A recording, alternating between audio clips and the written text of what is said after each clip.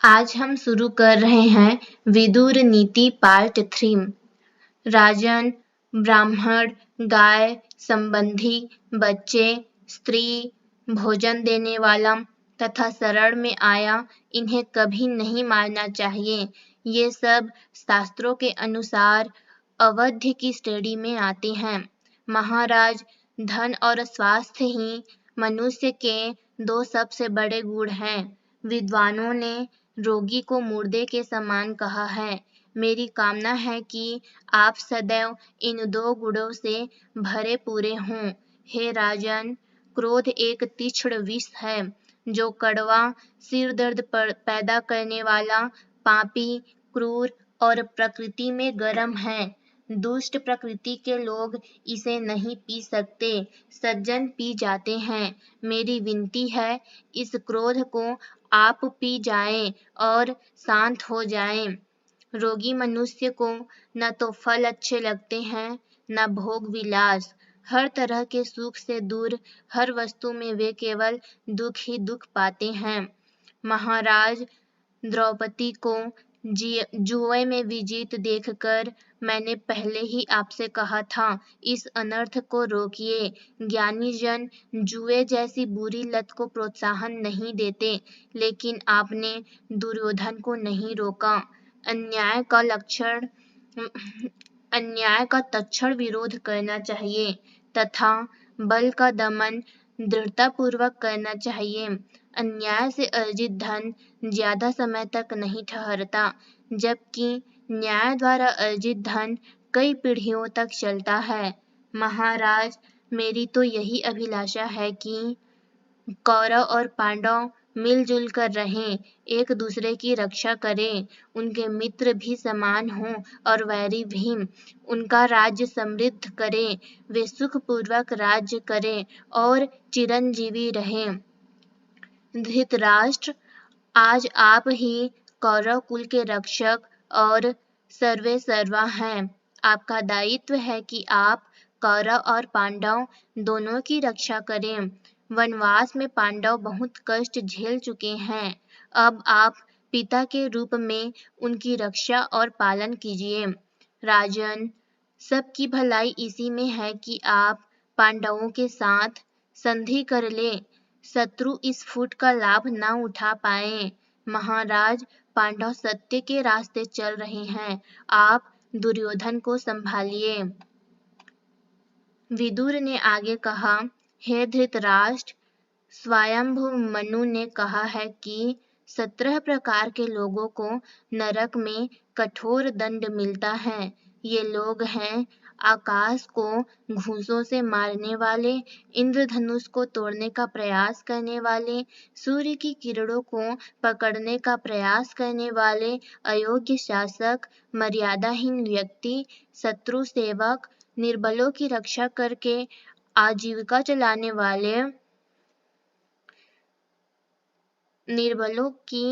निर्बलों की रक्षा करके आजीविका चलाने वाले, अयोग्य व्यक्ति से कुछ मांगने वाले और आत्म प्रशंसक, कुलीन होकर भी नीच कार्य करने वाले, अपने से बलवान से वैर रखने वाले, अश्रद्धालु के साथ अमर्यादित व्यवहार करने वाले, दुर्लभ वस्तु के इच्छुक, पुत्र वधू के साथ अमर्यादित व्यवहार करने वाले, पर स्त्री से संबंध रखने वाले, स्त्री निंदक, अमानत हड़पने वाले तथा अपने दान का बखान करके झूठ को सत्य सिद्ध करने वाले। राजन, जैसे के साथ तैसा ही व्यवहार करना चाहिए। कहा भी गया है, जैसे को तैसा। यही लौकिक नीति है। बुरे के साथ बुरा ही करना चाहिए और अच्छों के साथ अच्छा। बुढ़ापा सुंदरता का नाश कर देता है, उम्मीद धीरज का, ईर्ष्या धर्मनिष्ठा का, काम लाज शर्म का, दुर्जनों का साथ सदाचार का, क्रोध धन का तथा अहंकार सभी का नाश कर देता है। धृतराष्ट्र ने कहा, विदुर, जब सभी वेदों में मनुष्य की आयु 100 वर्ष की कही गई है, तो वह इतना जीता क्यों नहीं? विदुर बताने लगे, महाराज, घोर अहंकार वाचालता, भोग प्रवृत्ति, क्रोध, स्व उदर पोषण और मित्रों से घात, ये 6 सतत अवगुण मनुष्य की आयु को क्षीण करते हैं। मृत्यु मनुष्य की आयु को कम नहीं करती। ये 6 अवगुण तीखी तलवारें हैं जो आयु क्षीण करते हैं। हे महाराज, आप कल्याण चाहने वाले हैं, आप इन अवगुणों से बचेंगे। जो किसी का विश्वास तोड़कर पर स्त्री से संबंध बनाता है, गुरु की पत्नी से संबंध बनाता है, ब्राह्मण होकर अधम स्त्री से संबंध बनाता है, मदिरा पान करता है, बुजुर्गों को आदेश देता है, दूसरों की आजीविका छीनता है, ज्ञानी जन का अनादर करता है, शरण में आने वाले को मारता पीटता है, इन्हें वेदों में ब्रह्म हत्यारा कहा गया है। इनका साथ हो जाने पर प्रायश्चित जरूरी है। आज्ञाकारी, नीति निपुण, दानी, धर्मपूर्वक कमाकर खाने वाला, अहिंसक, सुकर्म करने वाला, उपकार मानने वाला, सत्यवादी तथा मीठा बोलने वाला पुरुष स्वर्ग में उत्तम स्थान पाता है। राजन, दुनिया में मीठा बोलने वाले की तो कोई कमी नहीं है, लेकिन जो मीठा भी बोले और हितकारी भी, ऐसा बोलने वाले और सुनने वाले दोनों ही कठिनाई से मिलते हैं। जो इस बात की चिंता नहीं करता कि राजा को उसकी बात अच्छी लगेगी या बुरी, और अप्रिय होने पर भी केवल सच्ची और हितकारी बात करता है, वही राजा का सच्चा सहायक व हितैषी है। समुदाय के कल्याण के लिए एक व्यक्ति का त्याग कर देना चाहिए, गांव के कल्याण के लिए कुल का, राज्य के कल्याण के लिए गांव का तथा अपने कल्याण के लिए सारी धरती को भी छोड़ना पड़े तो छोड़ देना चाहिए। मुसीबत के लिए धन जमा करना चाहिए। स्त्री पर कोई मुसीबत आ पड़े तो धन बल से उसकी रक्षा करनी चाहिए। जब स्वयं की रक्षा करनी हो या स्वयं को मुसीबत से छुड़ाना हो तो इसके लिए स्त्री और धन दोनों की सहायता लेनी पड़े तो लेनी चाहिए। जुए को प्राचीन समय से ही एक बुराई के रूप में देखा गया है, इसीलिए समय बिताने के लिए भी जुआ नहीं खेलना चाहिए।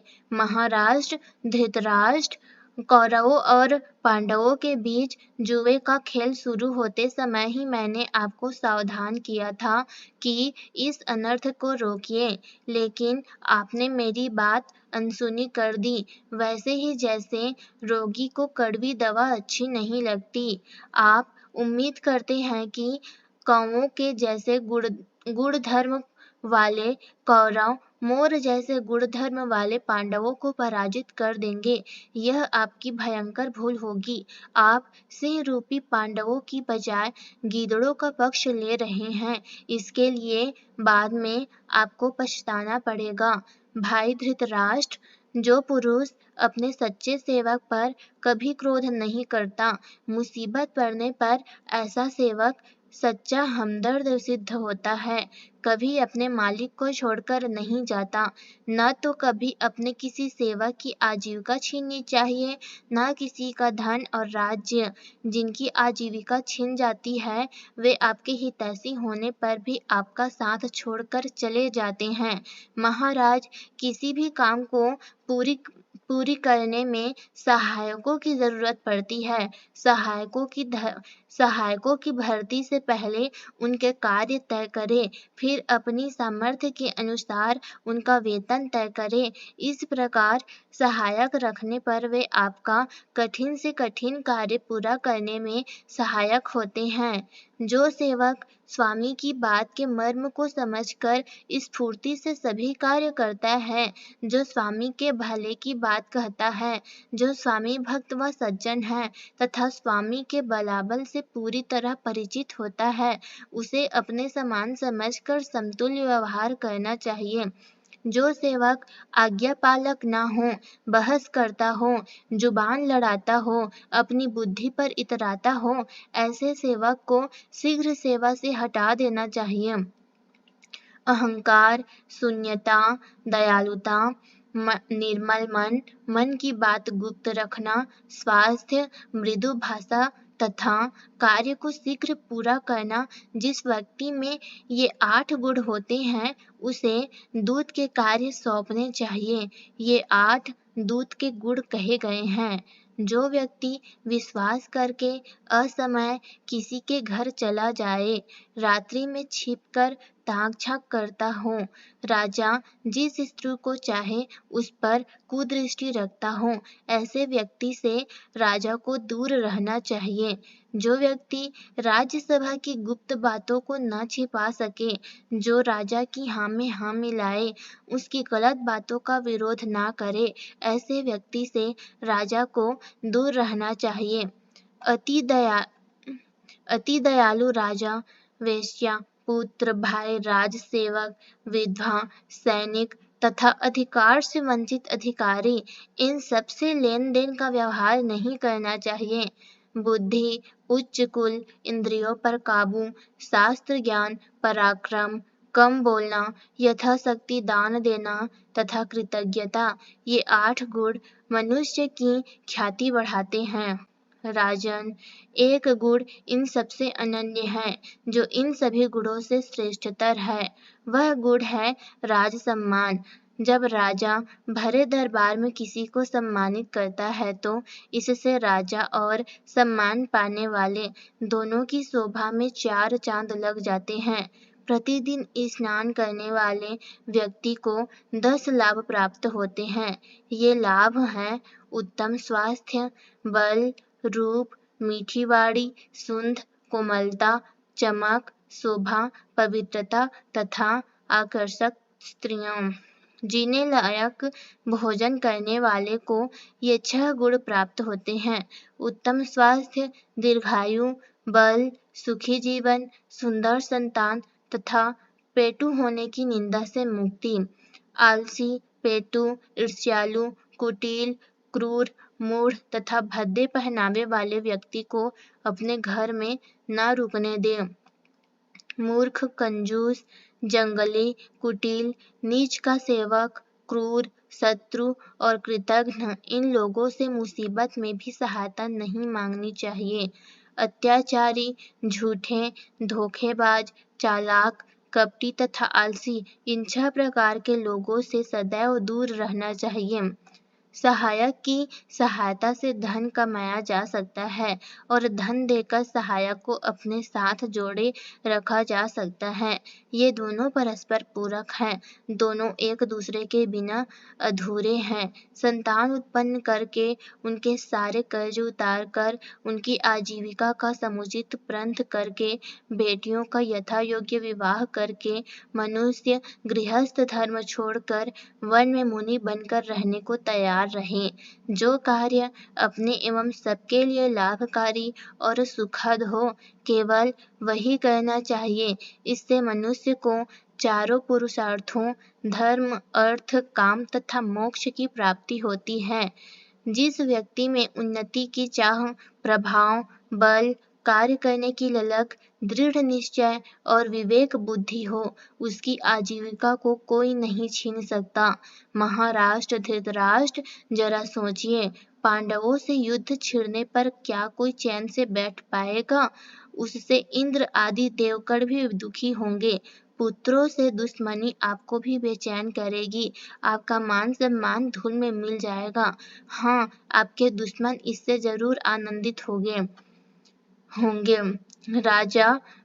राजन, भीष्म पितामह, द्रोणाचार्य, युधिष्ठिर और आपका सामूहिक क्रोध इस धरती को वैसे ही नष्ट कर सकता है जैसे तिरछी गति से आकाश में चलता हुआ धूमकेतु पृथ्वी का सर्वनाश कर डालता है। धृतराष्ट्र, आपके 100 पुत्र, कर्ण तथा 5 पांडव हिल मिलकर इस धरती पर शासन करे, इसी में सबका कल्याण है। राजन, आपके पुत्र वन के समान हैं और पांडव शेर के समान। आप वन और शेर दोनों को नष्ट होने से रोकिए, क्योंकि वन से शेर सुरक्षित रहते हैं और शेरों से वन, ये दोनों एक दूसरे के अस्तित्व के लिए अपरिहार्य है। बुरे लोगों की रुचि दूसरों के गुणों से ज्यादा उनके दुर्गुणों के बारे में जानने में होती है। जो व्यक्ति धन, संपत्ति और ऐश्वर्य का इच्छुक है, उसे अपना पूरा जीवन धर्माचरण में बिताना आवश्यक है, क्योंकि धर्म धन के साथ वैसे ही जुड़ा है जैसे स्वर्ग के साथ अमृत। जो व्यक्ति जीवन में सदैव बुरे कर्मों से दूर रहता है, जो धर्म कर्म को जीवन का अनिवार्य हिस्सा बना लेता है, उसे लोक परलोक की सारी अच्छाइयों बुराइयों का ज्ञान हो जाता है। जो पुरुष धर्म, अर्थ और काम का तय समय पर शास्त्रानुसार उपभोग करता है, वह जीते जी और मृत्यु के बाद भी इन तीनों का उपभोग करता है। राजन, जो पुरुष क्रोध और हर्ष में अपनी भावनाओं को छिपाकर शांत बना रहता है और मुसीबत में भी धैर्य नहीं खोता, वही राजलक्ष्मी पाने का सच्चा अधिकारी होता है। महाराज, अब मैं आपको मनुष्यों के 5 प्रकार के बलों के बारे में बताता हूँ। इनमें शारीरिक बल सबसे निकृष्ट बल होता है। गुड़ी और हितैषी मंत्री का मिलना दूसरा बल है। धन संपत्ति की मौजूदगी को विद्वान तीसरा बल कहते हैं। परिवार के बुजुर्गों में जो स्वाभाविक बल प्राप्त होता है, उसे अभिजात बल कहते हैं, जो चौथा बल है। पांचवा और सबसे श्रेष्ठ बल बुद्धि बल है, जो शरीर के अन्य सभी बलों को नियंत्रित करता है। शत्रु चाहे राज्य से बहुत दूर बैठा हो, तो भी राजा को उससे सदा सावधान रहना चाहिए। थोड़ी सी भी चूक और उदासीनता राजा को बड़ा नुकसान पहुंचा सकती है। बुद्धिमान लोगों को चाहिए कि वे स्त्री, राज, सर्प, शत्रु, भोग, धातु तथा लिखी बात पर आंख मूंदकर भरोसा न करे। जिस व्यक्ति को बुद्धि बल से मारा जाता है, उसके उपचार में योग्य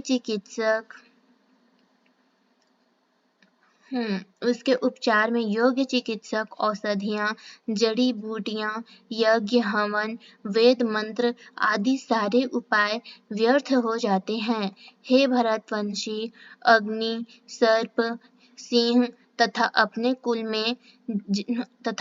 कुल में जन्मे व्यक्तियों का कभी अनादर नहीं करना चाहिए, क्योंकि इनका तेज प्रतिशोध स्वरूप जलाकर खाक कर सकता है। अग्नि संसार का एक महानतम तेज है। अग्नि लकड़ी में छिपी रहती है, लेकिन जब तक लोग उसे जलाए नहीं, वह काठ को नहीं जलाती। जब 2 लकड़ियों को रगड़कर अग्नि पैदा की जाती है, तो वह अपने साथ साथ सारे जंगल को भी जलाकर खाक कर देती है। श्रेष्ठ कुल में जन्मे पांडव भी काष्ठ में छुपी सुषुप्त अग्नि की भांति शांत बने हुए हैं, लेकिन यदि उन्हें उद्वेलित किया गया तो वे लपेटों की तरह भड़क भी सकते हैं। हे राजन, आपके पुत्र दुर्योधनादि और आप कमजोर बेलों के समान हैं, और युधिष्ठिर, अर्जुन आदि 5 पांडव विशाल वृक्ष के समान हैं। स्मरण रखें, बेलें बिना वृक्ष के सहारे आगे नहीं बढ़ सकती।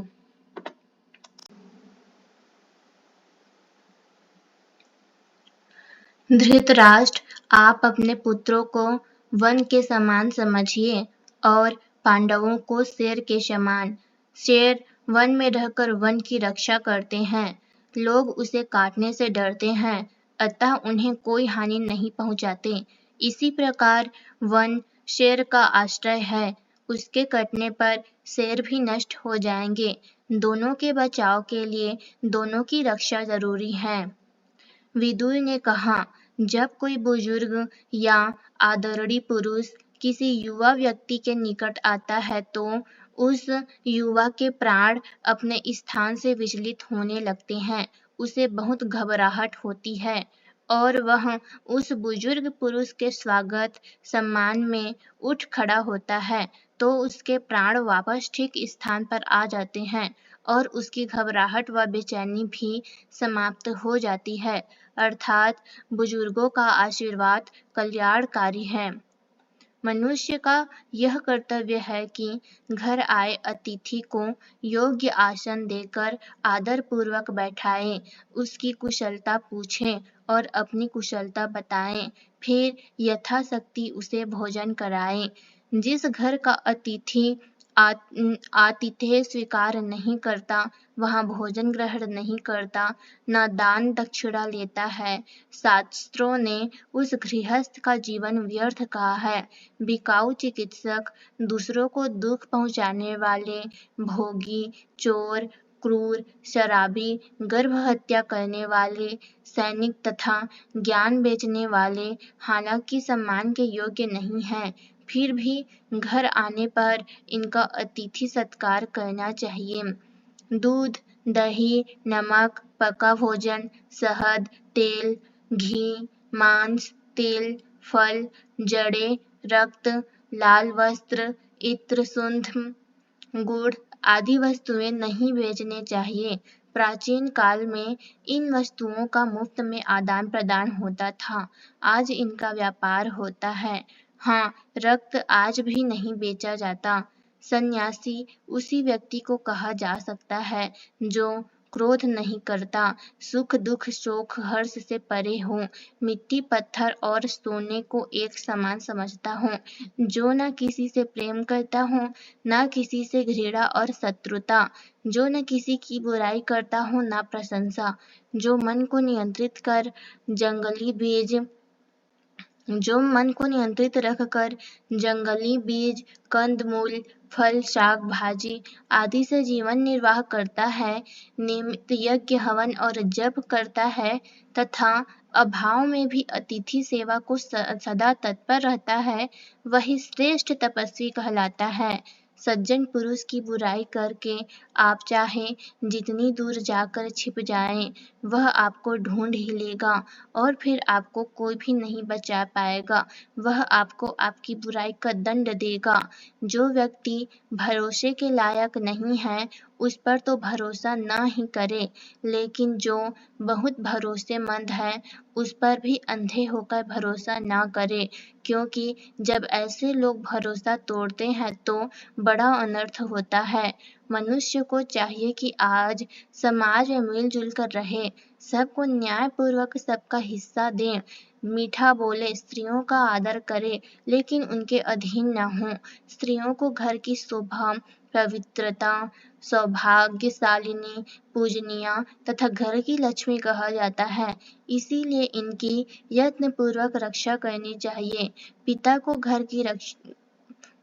घर की रक्षा का कार्य करना चाहिए, वफादार सेवक को गायों की सेवा में लगाना चाहिए, माता को रसोई घर का कार्य करना चाहिए, नौकर व्यापारिक कार्य करें, पिता स्वयं खेती के कार्य करें और पुत्र ब्राह्मणों विद्वानों की सेवा। पानी से आग, ब्राह्मण से छत्री तथा पत्थर से लोहे की उत्पत्ति हुई है, लेकिन अपने मूल स्थान पर ये शांत बने रहते हैं। वैसे पूरे ब्रह्मांड में इनका तेज व्याप्त रहता है। जैसे काष्ठ में अग्नि छिपी रहती है, वैसे ही सज्जन पुरुष की सज्जनता, तेज, क्षमाशीलता और कुशीलता उसके अंदर छिपे रहते हैं, अर्थात वह इनका प्रकटीकरण नहीं करता। जो राजा अपनी गुप्त नीतियों को पास के दूर के सब लोगों से छिपाए रखता है तथा पूरे राज्य पर कड़ी नजर रखता है, उसका राज्य स्थायी होता है। जो राजा कार्य करने से पहले उसका बखान न करे तथा कार्य हो जाने पर ही उसे सार्वजनिक करे, उसे नीतिवान राजा कहा जाता है। पहाड़ के शिखर पर, महल के एकांत कक्ष में या वन में निर्जन स्थान पर विशेष कार्यों की मंत्रणा करनी चाहिए। महाराज जो मित्र ना हो उसे अपनी गुप्त नीति ना बताएं। इसी प्रकार मूर्ख मित्र तथा चंचल स्वभाव वाले विद्वान को भी अपनी गुप्त नीति ना बताएं। इसीलिए राजा जिसे भी मंत्री बनाए उसकी अच्छी तरह जांच परख कर लें। जो राजा अपने सभी कार्यों को जब पूरे करके सार्वजनिक करता है तभी सभा के लोग जान पाते हैं वह राजा श्रेष्ठ राजा कहलाता है। उसके सभी कार्य स्वतः पूरे होते रहते हैं। जो मोह माया में पड़कर अन्याय का साथ देता है वह अपने जीवन को नरक तुल्य बना देता है। अच्छे कार्य करने से जीवन में अच्छा फल मिलता है, बुरे कार्य करने से पाप मिलता है जिसका पछतावा करना पड़ता है।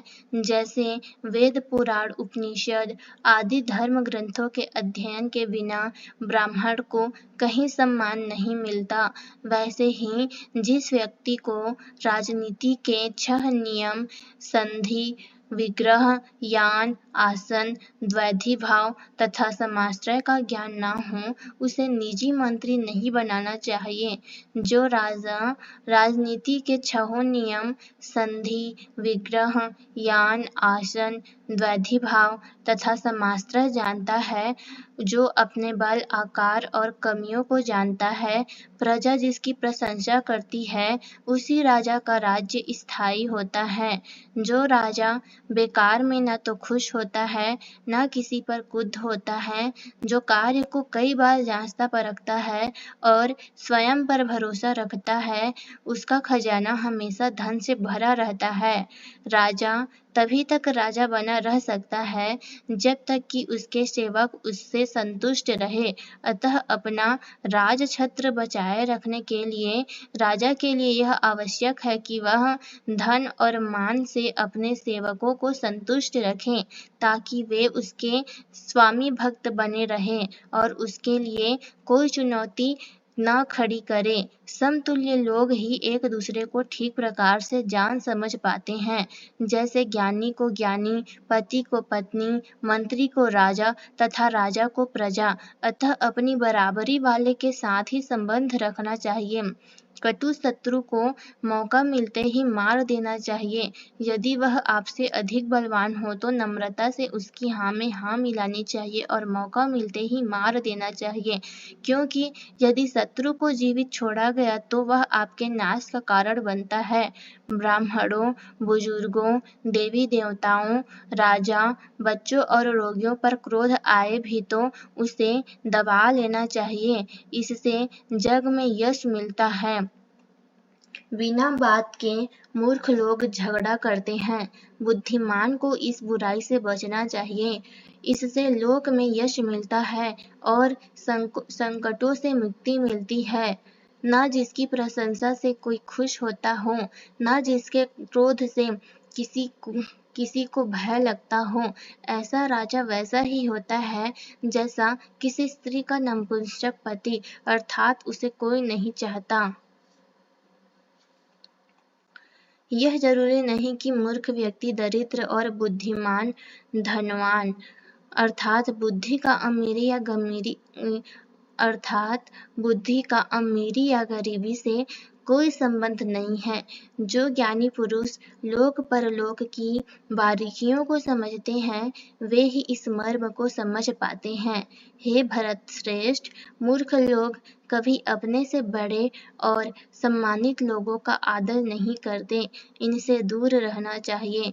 महाराज, चरित्रहीन, दूसरों की बुराई करने वाले, क्रूर, कटुभाषी, अच्छाई में बुराई ढूंढने वाले, मूढ़ लोग सदा संकट और दुख दरिद्रता में डूबे रहते हैं। ईमानदारी, दानी, अपनी बात पर दृढ़ रहने वाले, कर्तव्य परायण और मृदुभाषी लोग शत्रुओं को भी अपना बना लेते हैं। सच्चा, निस्वार्थ, कृतज्ञ, चतुर, बुद्धिमान और सरल स्वभाव का राजा खजाना खाली होने पर भी वफादार लोगों को अपने साथ जोड़े रखता है। महाराज, शास्त्रों में 7 गुण धन संपत्ति की बढ़ोतरी में सहायक कहे गए हैं। ये 7 गुण हैं: धीरज, पवित्रता, मन का संयम, इंद्रिय संयम, उदारता, मीठी वाणी तथा शुद्ध आचरण। राजन, जो राजा दुर्जन, कृतघ्न और निर्लज्ज है, जो प्रजा को कष्ट देकर अपना खजाना भरता है, जो अपने सेवकों की उपेक्षा करता है, ऐसा राजा त्याग देने के लायक है और उसका राज्य अधिक समय तक नहीं चलता। जो स्वयं बुरा आदमी होता है लेकिन अपने अच्छे संबंधियों की बुराई करता है, वह कभी चैन की नींद नहीं सो पाता। उसके सीने पर रात भर सांप लौटते रहते हैं। राजन, जिन लोगों की बुराई करने से संकट की स्थिति पैदा हो जाती है, ऐसे सज्जनों को सदैव देवता की भांति पूजा जाना चाहिए ताकि राज्य विपदा से बचा रहे। आलसी, अधम, दुर्जन तथा स्त्री के हाथों सौंपी संपत्ति बर्बाद हो जाती है। इनसे सावधान रहना चाहिए। महाराज, जिस राज्य पर जुआरी, बच्चे या स्त्री का शासन हो, वहाँ के लोग पत्थर की नाव पर सवार होकर नदी पार करने की कोशिश में डूब जाते हैं, अर्थात इन लोगों का शासन क्षणभंगुर होता है। जो लोग जरूरत के मुताबिक काम करते हैं, लोभ में पड़कर अधिक के पीछे नहीं भागते, वे मेरी दृष्टि में ज्ञानी हैं, क्योंकि अधिक के पीछे भागने से संघर्ष पैदा होते हैं। चापलूस, जुआरी और गंदी स्त्रियां जिसकी बड़ाई करती हैं, ऐसा व्यक्ति जीते जी मुर्दे के समान है, अर्थात उसका जीवन बेकार है।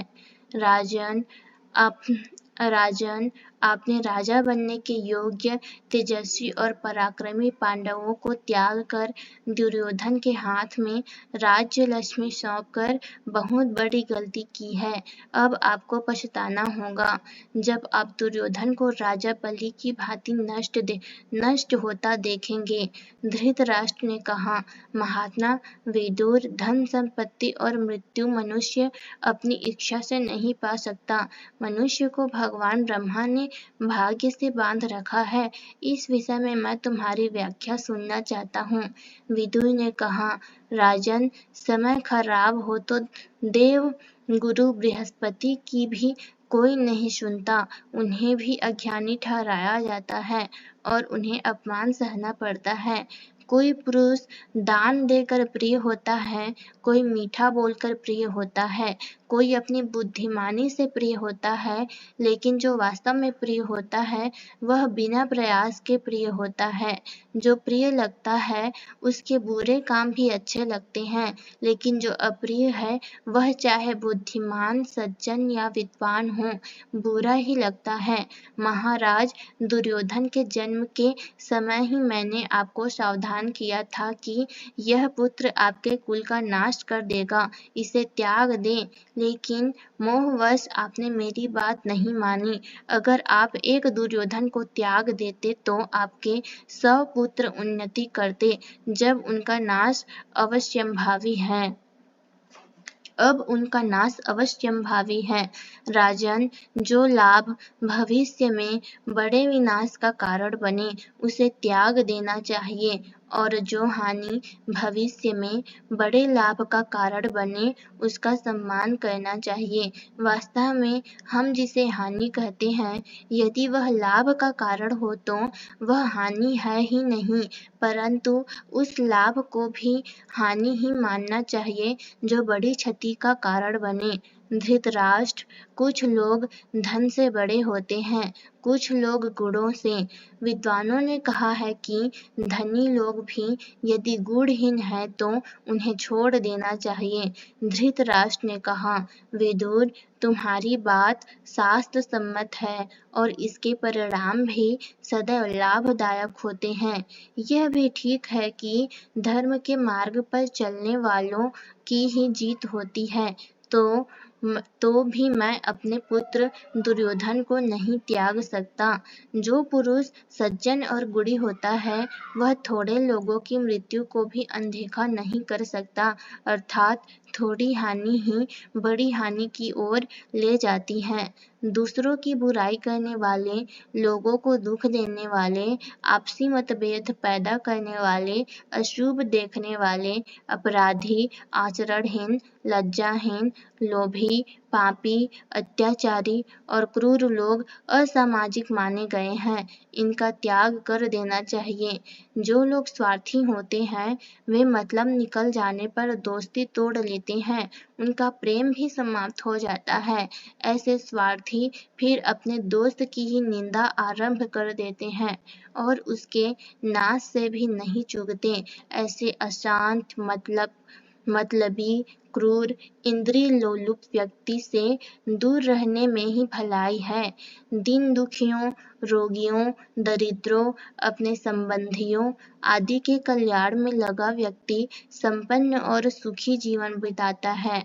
महाराज, जो लोग अपना कल्याण चाहते हैं उन्हें अपने कुटुंबियों की उन्नति के लिए उनकी सहायता करनी चाहिए। कुटुंबी चाहे गुणहीन ही क्यों न हो, उनकी सहायता करनी चाहिए और यदि कुटुंबी गुणी हों फिर तो उनकी पूजा करनी चाहिए। इससे निश्चित ही वंश वृद्धि और राजलक्ष्मी मिलती है।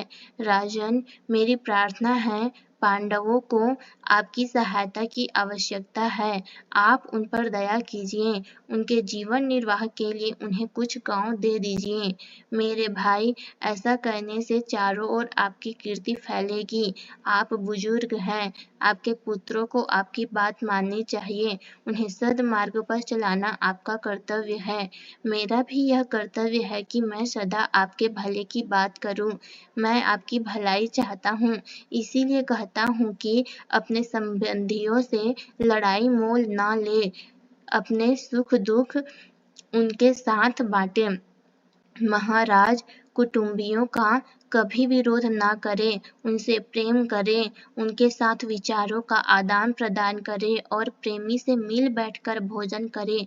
इसी में सबका और प्रेम से मिल बैठकर भोजन करें, इसी में सबका कल्याण है। राजन, कुटुंबी लोग तारने वाले भी होते हैं और डुबोने वाले भी। जो कुटुंबी सज्जन होते हैं वे तारक होते हैं और वो कुटुंबी दुर्जन होते हैं वे मारक। और वो कुटुंबी दुर्जन होते हैं वे मारक और जो कुटुंबी दुर्जन होते हैं वे मारक। महाराष्ट्र धृतराष्ट्र, आप पांडवों का मान सम्मान करें। अगर आपको उनकी सुरक्षा मिल गई तो फिर संसार में आपको कोई नहीं हरा सकेगा। जैसे हिरण तीर से मारा जाता है लेकिन पाप शिकारी को लगता है, वैसे ही यदि आपके किसी पुत्र के कारण आपके कुटुंबियों को कष्ट पहुँचेगा तो उसका पाप आपको ही लगेगा, कुफल आपको ही भोगना पड़ेगा। नरेंद्र, क्या पांडवों या अपने पुत्रों की मृत्यु की खबर सुनकर आपको खुशी होगी? मेरे संकेत को समझिए। जो काम करके अंतकाल में अकेले बैठकर पछताना पड़े उसे शुरू ही नहीं होने देना चाहिए। जीवन में अनीतिपूर्ण कार्य आम मनुष्य से हो ही जाते हैं, लेकिन अब तक जो अनीतियां हो चुकी हैं उन्हें भूलकर आगे नीतियों के उल्लंघन पर रोक लगानी चाहिए। मुझे विश्वास है आप बुद्धिमानी से इस पर विचार करेंगे। महाराष्ट्र धृतराष्ट्र, आप कौरव और पांडवों के बुजुर्ग हैं। अगर दुर्योधन के पांडवों के साथ छल कपट दिया है तो यह आपका दायित्व है कि आप उनके साथ न्याय करें। अर्थात अगर दुर्योधन ने छलपूर्वक राज्य हड़प लिया है तो उसे पांडवों को वापस दिलाएं। फिर आप पांडवों को उनका राज्य वापस दिलवा देते हैं तो आप पर लगा पाप का पक्षधर होने का कलंक धुल जाएगा और संसार में आपकी प्रतिष्ठा होगी।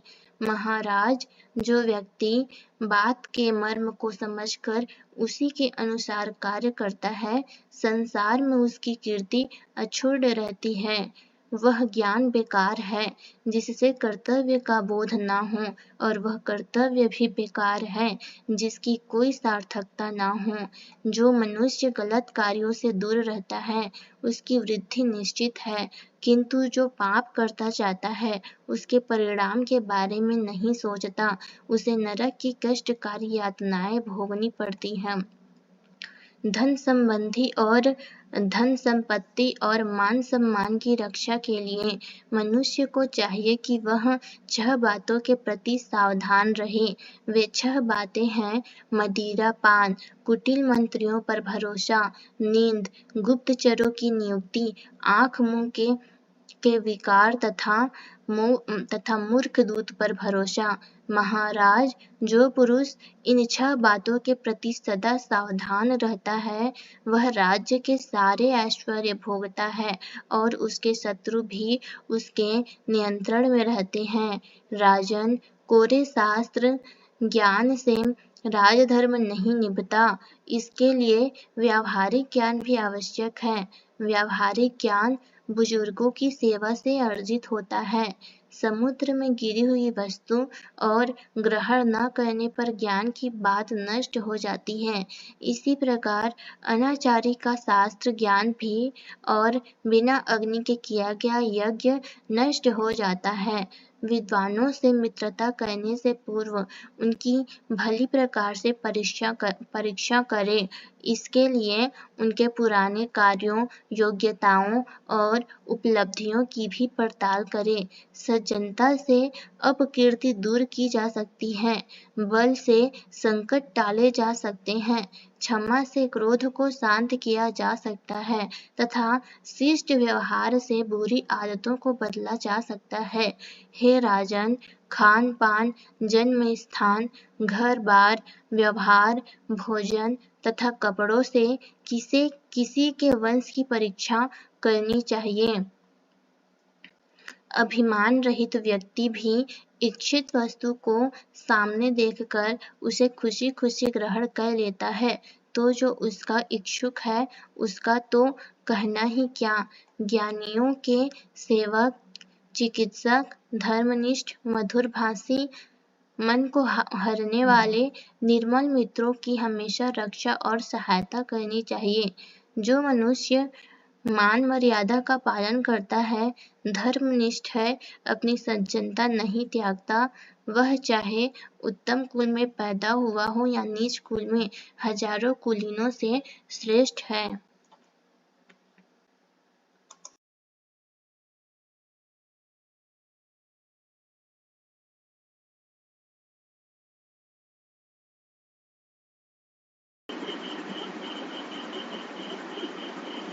दो व्यक्तियों की मित्रता तभी स्थायी रह सकती है जब उनके मन से मन, गूढ़ बातों से गूढ़ बातें तथा बुद्धि से बुद्धि मिल जाती है। बुद्धिमान व्यक्ति को दुष्टों तथा मूर्खों की संगति घास से ढके कुएं के समान छोड़ देनी चाहिए, क्योंकि इनकी संगति से सदैव हानि होती है। जो व्यक्ति अहंकारी, क्रोधी, क्रूर, नास्तिक तथा मूर्ख लोगों से मैत्री नहीं करता, वही बुद्धिमान है। सच्चे, धर्मनिष्ठ, कृतज्ञ, दयालु, संयमी, सदाचारी तथा प्रेमी पुरुष को अपना मित्र बनाना चाहिए। इनकी मित्रता स्थायी होती है। इंद्रियों को अपने इच्छित कार्यों से सर्वथा दूर रखना तो मृत्यु को जीतने से भी कठिन है, लेकिन उन्हें बेलगाम छोड़ दिया जाए तो वे शीलवान देवगण को भी नष्ट कर देती हैं। प्राणी मात्र के प्रति नरम व्यवहार, केवल गुण देखना, धीरज, क्षमाशीलता तथा मित्रों का आदर करना, विद्वानों के अनुसार ये सभी सद्गुण दीर्घायु में सहायक हैं। अन्याय और उत्पीड़न से छीने गए ऐश्वर्य को जो धीर पुरुष सोच समझकर धैर्य पूर्वक राजनीति के बल पर पुनः प्राप्त करना चाहता है, वह सच्चा वीर है। जो पुरुष भूतकाल की अपनी गलतियों को जानता है, जो अपने वर्तमान कर्तव्य को समर्पित भाव से करता है और जो भावी दुखों को टालने की विधि जानता है, वह कभी ऐश्वर्यहीन नहीं होता। मन, वचन और कर्म से हम लगातार जिस वस्तु के बारे में सोचते हैं, वही हमें अपनी ओर आकर्षित कर लेती है। अतः हमें सदा शुभ चीजों का चिंतन करना चाहिए। मांगलिक चीजों, रत्न, मूर्तियां आदि का स्पर्श, स्वभाव की चंचलता पर नियंत्रण, धर्म ग्रंथों का श्रवण मनन, चिंतन, सज्जनता, कर्तव्य परायणता और महापुरुषों का सानिध्य, ये बातें शुभ और कल्याणकारी हैं। अपने काम में लगे रहने वाला व्यक्ति सदा सुखी रहता है। धन संपत्ति से उसका घर भरा पूरा रहता है। ऐसा व्यक्ति यश, मान, सम्मान पाता है। मेरे भाई, योग्य और सामर्थ्यवान पुरुष का सबसे बड़ा गुण क्षमा को माना गया है। जो हर स्थिति में क्षमा को तत्पर है, लक्ष्मी कभी उसका साथ नहीं छोड़ती। जो पुरुष असमर्थ है, सबको क्षमा करना उसकी मजबूरी है। जो समर्थ है, वह धर्म की दृष्टि से विचार कर सबको क्षमा करे तथा जिसके लिए क्या अच्छा, क्या बुरा सब समान है, उस अबोल को क्षमा करने में भी उसकी भलाई है। व्यक्ति को यह छूट है कि वह न्यायपूर्वक और धर्म के मार्ग पर चलकर इच्छानुसार सुखों का भरपूर उपभोग करे, लेकिन उनमें इतना आसक्त न हो जाए कि अधर्म का मार्ग पकड़ ले। निठल्लों, असंतुष्टों, असंयमी, निस्तेज, दुखी, पीड़ित, नास्तिक तथा पागलों के घरों से लक्ष्मी दूर रहती है। धीर पुरुष सरल, संयमी, विनयी और लज्जाशील होते हैं, जिन्हें दुर्जन लोग कमजोर मानकर तिरस्कृत करते हैं, लेकिन इसकी दुर्जनों को बड़ी कीमत चुकानी पड़ती है। श्रेष्ठ दानवीर, श्रेष्ठ योद्धा, श्रेष्ठ आस्तिक, श्रेष्ठ ज्ञानी लेकिन अहंकारी और सर्वश्रेष्ठ पुरुष के पास जाने से लक्ष्मी बचती है, क्योंकि वे इन्हें अति से बचाना चाहती हैं। लक्ष्मी न तो प्रंड ज्ञानियों के पास है, न नितांत मूर्खों के पास। न तो इन्हें ज्ञानियों से लगाव है, न मूर्खों से। जैसे बिगड़ैल गाय को कोई ही वश में कर पाता है, वैसे ही लक्ष्मी भी कहीं कहीं ही ठहरती है। यज्ञ, हवन और अनुष्ठान वेदों के फल है। शिष्टता, सदाचार और सुलक्षण शास्त्र अध्ययन के फल है। शारीरिक सुख एवं संतान प्राप्ति पत्नी के फल हैं तथा दान एवं उपभोग धन के फल हैं। जो व्यक्ति गलत कार्यों से धन कमाकर श्राद्ध, यज्ञ, हवन आदि अनुष्ठान करता है, मृत्यु के बाद उसे इन कर्मों का सुफल नहीं मिलता, क्योंकि अधर्म से कमाए धन से धर्म अर्जित नहीं होता। जिस पुरुष का अपने मन पर नियंत्रण होता है, वह मुसीबत में, युद्ध के समय, दुर्गम वन में, कठिन परिस्थिति में न तो धैर्य खोता है, न भयभीत होता है। कर्तव्य निष्ठा, इंद्रिय निग्रह, कौशल, सावधानी, धीरज, बुद्धिमानी और विचारशीलता, ये गुण उन्नति के मूलाधार हैं। तपस्वियों का बल तप है, वेद जानने वालों का बल वेद है, दुष्टों का बल हिंसा है और गुड़ियों का बल क्षमा है। जल पीने, कंदमूल खाने, फल खाने, दूध पीने, घी खाने, ब्राह्मण की बात रखने के लिए खाने, गुरु की आज्ञा मानकर खाने से व्रत भंग नहीं होता। अगर धर्म के सार को जानना है तो वह यही है कि जो काम आपको स्वयं के लिए अच्छा ना लगे, जो काम आपको स्वयं के लिए अच्छा ना लगे, उसे दूसरे के लिए ना करें। क्रोध को प्रेम से, दुष्ट को सद्व्यवहार से, कंजूस को दान से तथा झूठ को सच से जीतना चाहिए। 9 लोगों पर कभी विश्वास नहीं करना चाहिए। ये 9 लोग हैं: कायर, चोर, कृतघ्न, नास्तिक, स्त्री, कुटिल, क्रोधी, अहंकारी, धूर्त तथा आलसी। बड़ों की सेवा तथा विद्वानों का मान सम्मान करने वाले की कीर्ति, आयु, ज्ञान और पराक्रम बढ़ते हैं। कष्ट से, अधर्म से तथा शत्रुओं की सेवा करके कमाए धन से अनादर व अपयश मिलता है, इससे दूर रहना चाहिए। विद्या के बिना मनुष्य, संतान के बिना रतिकर्म, भूखी प्रजा तथा राजा रहित राज्य दुख उठाते हैं। ज्यादा चलने से मनुष्य बूढ़ा होता है। ज्यादा पानी पीने से पहाड़ों की आयु ज्यादा पानी गिरने से पहाड़ों की आयु घटती है। रति कर्म न करने से स्त्रियों का बुढ़ापा जल्दी आता है और कड़वी बोली से मन बूढ़ा हो जाता है। नियमित पठन पाठन अध्ययन न करना वेदों का मल है। नियमित व्रत पूजन न करना ब्राह्मणों का मल है। वास्तविक देश धरती का मल है।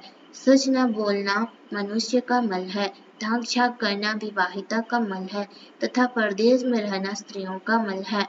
चांदी सोने का मल है। रांगा चांदी का मल है। सीसा धातु रांगे का मल है तथा शीशे का मल उसी का मल है।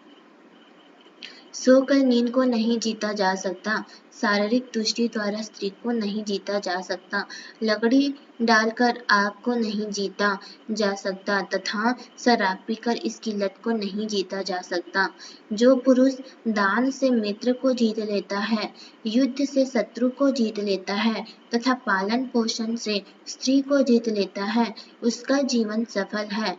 महाराज धृतराष्ट्र जो हजारों कमाता है वह जीता है और जो सैकड़ों कमाता है वह भी जीता है।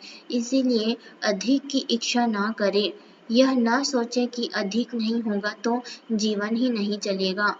महाराज लोभी के लिए तो पृथ्वी की सारी संपत्ति, धन, धान्य, पशु, ऐश्वर्य सब के सब कम पड़ जाएंगे।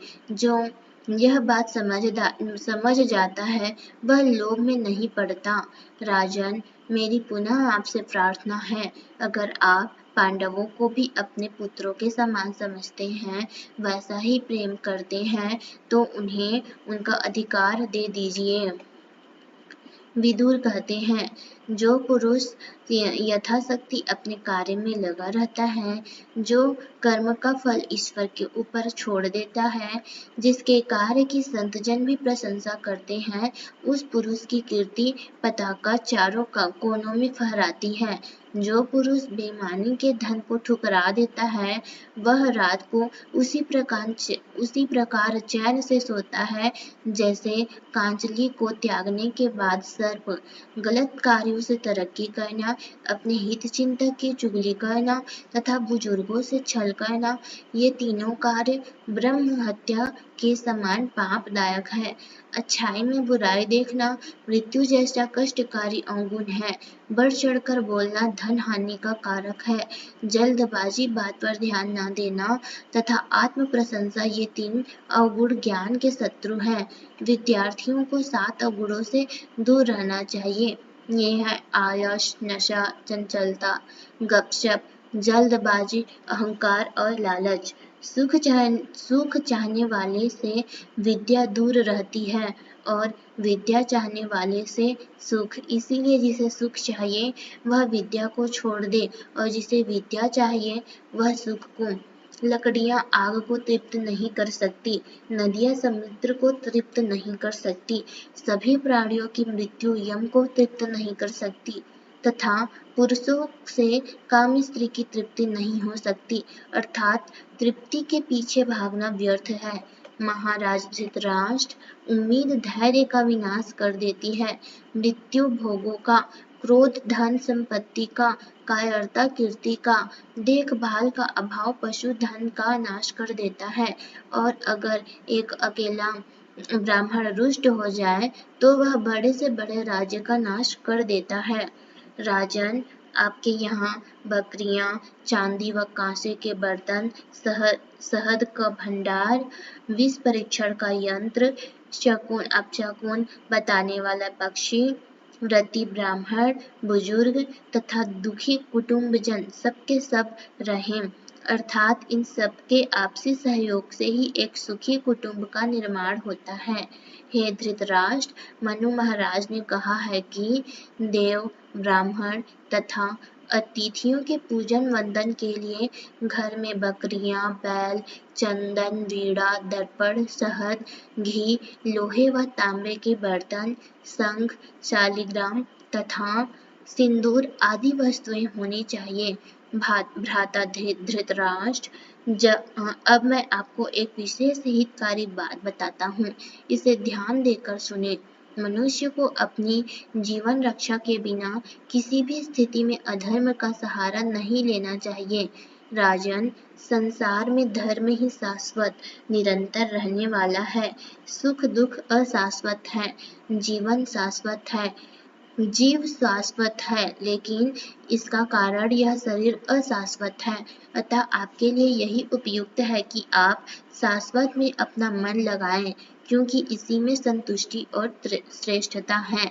महाराज, तनिक उन बलवान राजा महाराजाओं के बारे में सोचिए, जो राज्य, ऐश्वर्य और स्त्री का भोग करके जब वैभव और करके सब वैभव यही छोड़कर यमलोक चले गए। मनुष्य जिस पुत्र को बड़े कष्ट उठाकर पालता पोसता है, उसकी मौत पर उसे उठाकर घर से बाहर कर दिया जाता है। कुछ देर उसके लिए विलाप किया जाता है, फिर चिता में झोंक कर राख कर दिया जाता है, या उसके शव को पशु पक्षी नोचते हैं। उसकी धन दौलत पर दूसरे लोग भोग करते हैं। मृतक के साथ केवल उसके अच्छे और बुरे कर्म जाते हैं। उसे वैसे ही छोड़ दिया जाता है जैसे सूख जाने पर पंछी पेड़ को छोड़कर उड़ जाते हैं। महाराज, जीवन में निरंतर केवल पुण्य कमाना चाहिए, क्योंकि अग्नि में जलने के बाद परलोक में जीव के साथ केवल उसके पाप और पुण्य जाते हैं। महाराज, पृथ्वी लोक के ऊपर तथा नीचे के लोक गहन अंधकार में डूबे हैं, अर्थात हम इतने ज्ञान शून्य हैं कि इन लोकों की सच्चाई को नहीं जानते। इस कारण हम मोह माया से ग्रस्त रहते हैं। आप इनकी वास्तविकता समझिए, जिससे आपको पछताना ना पड़े। अगर आप मेरी बात को ठीक से समझकर विचार करेंगे तो पृथ्वी पर आपकी कीर्ति बुलंद होगी तथा परलोक में आप शांत और निर्भय होंगे। महाराज, हमारे शरीर में स्थित आत्मा को एक नदी समझिए। यह नदी ईश्वर के शरीर से निकली है। धैर्य इसके किनारे हैं, करुणा इसकी लहरें हैं, पुण्य इसके तीर्थ हैं। जो मनुष्य सदा पुण्य कर्मों में लिप्त रहता है, वह इस नदी में स्नान करके पवित्र होता है। लोभ रहित आत्मा को सदा पवित्रा कहा गया है। काम क्रोध जैसे मगरमच्छों और 5 इंद्रियों के जल से पूरित संसार रूपी यह नदी जन्म और मरण के अनेक पड़ावों से भरी है। इस नदी को धैर्य की नाव से ही पार किया जा सकता है। जो व्यक्ति अपने बुजुर्गों का आदर करता है तथा उनसे परामर्श करता है कि क्या करना चाहिए और क्या नहीं, वह कभी मोह माया में नहीं फंसता।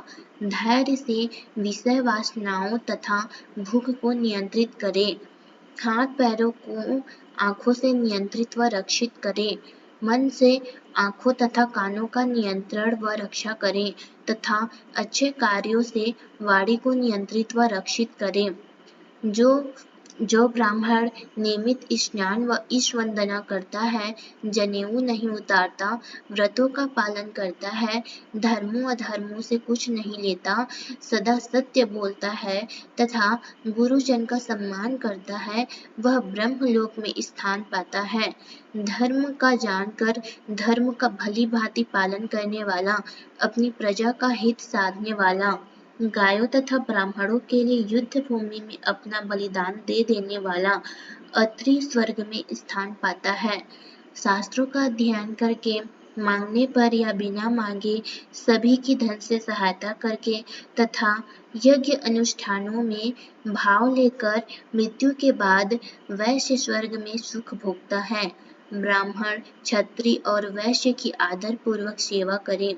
सेवा करके इनके आशीर्वाद से सभी पापों से मुक्त होकर मृत्यु के बाद शूद्र स्वर्ग में श्रेष्ठ स्थान पाता है।